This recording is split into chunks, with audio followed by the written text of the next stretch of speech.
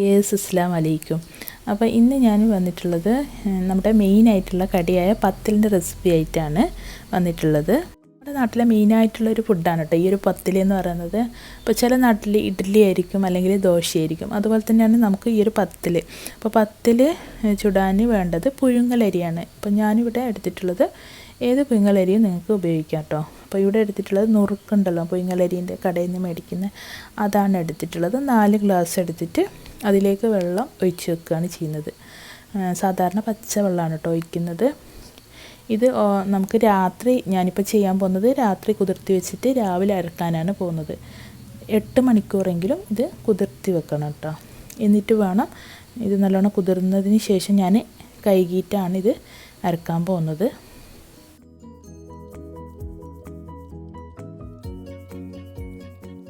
അപ്പോൾ ഇനി ഇത് ഗ്രൈൻഡറിലാണ് അരച്ചെടുക്കാൻ പോകുന്നത്. മിക്സിയിൽ അരച്ചെടുക്കാൻ പറ്റുമെങ്കിൽ നിങ്ങൾക്ക് മിക്സിയിൽ അരച്ചെടുക്കാം. ഉപ്പിട്ടിട്ട് നമ്മൾ ഗ്രൈൻഡറിൽ 2-3 തവണയായിട്ട് നമുക്ക് അരച്ചെടുക്കാം. കൂടുതൽ അരച്ച് വെക്കാറാണ് ഞങ്ങൾ പതിവ് കേട്ടോ. നല്ലോണം തന്നെ അരച്ചെടുക്കണം. അപ്പോൾ ഇതിൽ നിന്ന് ഇത് കുറച്ച് ലൂസാണല്ലോ, ഇതൊന്ന് ടൈറ്റ് ആക്കാൻ വേണ്ടിയിട്ട് നമുക്ക് പൊടി നമ്മൾ പൊടിച്ച് വെച്ചിട്ടുണ്ട്. ഇതുപോലെ തന്നെയുള്ള പുഴുങ്ങലരി എടുത്തിട്ട് നല്ലോണം കഴുകി നമ്മൾ പൊടിച്ച് വെക്കാറാണ്. അത് മില്ലിൽ കൊടുത്തിട്ടാണ് പൊടിച്ചെടുക്കാറ്. അപ്പോൾ ഈ ഒരു പൊടി ഈ ഒരു ടൈറ്റാക്കാൻ വേണ്ടിയിട്ട് ഈ ഒരു അരച്ചെടുത്ത മാവിലേക്ക് നമുക്ക് മിക്സ് ചെയ്തിട്ട് ഇതൊന്ന് ടൈറ്റാക്കി എടുക്കുകയാണ് വേണ്ടത് കേട്ടോ. അപ്പോൾ ഇങ്ങനെയാണ് ഞങ്ങൾ പത്തലിൻ്റെ ഈ ഒരു അരി റെഡിയാക്കി എടുക്കാറ്. അപ്പം പത്തലിൻ്റെ അരി ഇവിടെ റെഡി ആയിട്ടുണ്ട്. ഒരുപാടങ്ങ് ലൂസായി പോയാൽ നമുക്ക് ഈ ഒരു പത്തൽ നല്ല രീതിയിൽ അങ്ങ് ഇതുപോലെ ഉരുട്ടിയെടുക്കാൻ പറ്റില്ല. അതുകൊണ്ടാണ് നമ്മൾ പൊടി ഇട്ടിട്ട് ഇത് ടൈറ്റാക്കി എടുക്കുന്നത്. അപ്പോൾ ഇതുപോലെ വലിയൊരു ബോൾ എടുക്കണം. അത്യാവശ്യം ഈ ഒരു വലുപ്പത്തിലുള്ള ബോൾ എടുത്തിട്ട് ഇതുപോലെ കയ്യിൽ വെച്ചിട്ട് ഇതുപോലെ ആക്കി കൊടുക്കാം. അപ്പോൾ ഇത് ഇലയിലാണ് ചുട്ടെടുക്കുന്നത്. അപ്പോൾ ഇലയിൽ ഇതുപോലെ കുറച്ചൊരു കട്ടിയിൽ വേണം കേട്ടോ ഇത് പരത്തിയെടുക്കാൻ. കുറച്ചൊരു കട്ടിയിൽ പരത്തിയിട്ട് അതിൻ്റെ മുകളിൽ നമുക്ക് ഇല വെച്ചിട്ട്, ഞാനിപ്പം സാധാരണ പഴയ രീതിയിലാണിത് ചുട്ട് കാണിക്കുന്നത്. സാധാരണ അടുപ്പിൽ വെച്ചിട്ടാണ് കേട്ടോ ഞാനിപ്പോൾ ചുട്ട് കാണിക്കുന്നത്. നമുക്കിത് ഗ്യാസ് അടുപ്പിലും ചെയ്തെടുക്കാം. ഞാനിപ്പം വിറകടുപ്പിൽ ആണ് കാണിക്കുന്നത്. അപ്പോൾ ഈ ഒരു ഓടിൻ്റെ കല്ലാണിത് വെച്ച് കൊടുക്കുന്നത്. എന്നിട്ട് അടച്ച് വെക്കാം. എന്നിട്ട് കുറച്ച് സമയം കഴിഞ്ഞാൽ ഒന്ന് മറിച്ചിട്ട് കൊടുക്കാം. എന്നിട്ട് വീണ്ടും കുറച്ച് സമയം കഴിയുമ്പോൾ തിരിച്ചിട്ട് കൊടുക്കാം. 2-3 മിനിറ്റ് കഴിയുമ്പം തിരിച്ചും മറിച്ചൊക്കെ ഇട്ടിട്ട് ആണിത് വേവിച്ചെടുക്കേണ്ടത്. ഇതിപ്പോൾ ഒരു സൈഡ് ഈ ഒരു ഇലയുടെ കളറൊക്കെ ഒന്ന് മാറി വരുമ്പോഴാണ് മറിച്ചിട്ട് കൊടുക്കേണ്ടത്.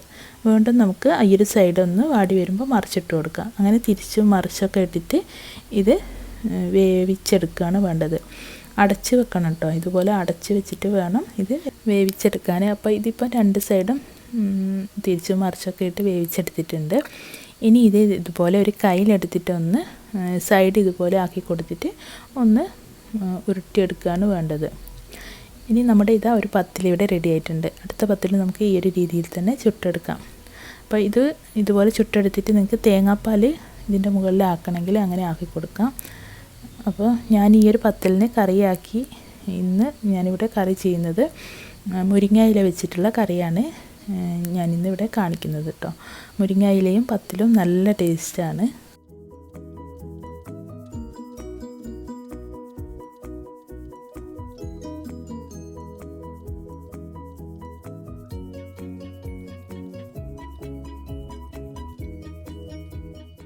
കറി ഉണ്ടാക്കിയെടുക്കാൻ വേണ്ടിയിട്ട് ചട്ടി വെച്ചിട്ടുണ്ട്. കുറച്ച് വെളിച്ചെണ്ണ ഒഴിക്കാം.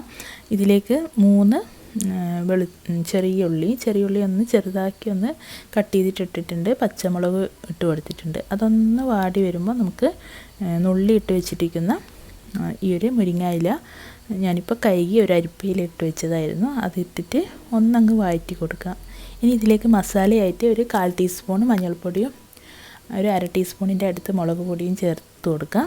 ഇനി ഇതിലേക്ക് കുറച്ച് തേങ്ങ 2 പിടി തേങ്ങ ഞാൻ അരച്ചെടുത്തിട്ടുണ്ട്. നല്ലോണം അരച്ചെടുക്കാം.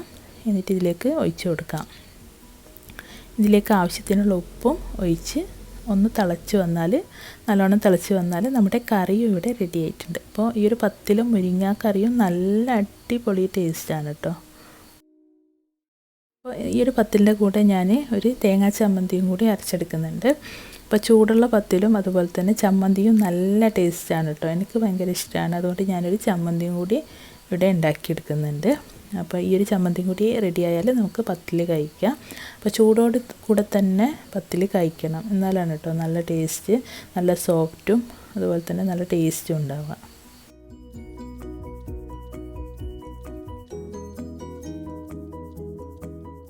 നമ്മുടെ ചമ്മന്തി ഇവിടെ റെഡി ആയിട്ടുണ്ട്. അപ്പം നമ്മുടെ രാവിലത്തെ ചായ ഇവിടെ റെഡി ആയിട്ടുണ്ട്. അപ്പോൾ നിങ്ങൾക്ക് ഈ ഒരു വീഡിയോ ഇഷ്ടമാണെങ്കിൽ ഒന്ന് ലൈക്ക് ചെയ്യണം. അതുപോലെ തന്നെ ചാനൽ ആദ്യമായിട്ട് കാണുകയാണെങ്കിലും അതുപോലെ തന്നെ സബ്സ്ക്രൈബ് ചെയ്യാണ്ട് കാണുന്നവരാണെങ്കിലും സബ്സ്ക്രൈബ് ചെയ്തിടാൻ വിട്ടുപോകരുത്. അപ്പോൾ നല്ലൊരു വീഡിയോയുമായി വീണ്ടും കാണാം. Thank you.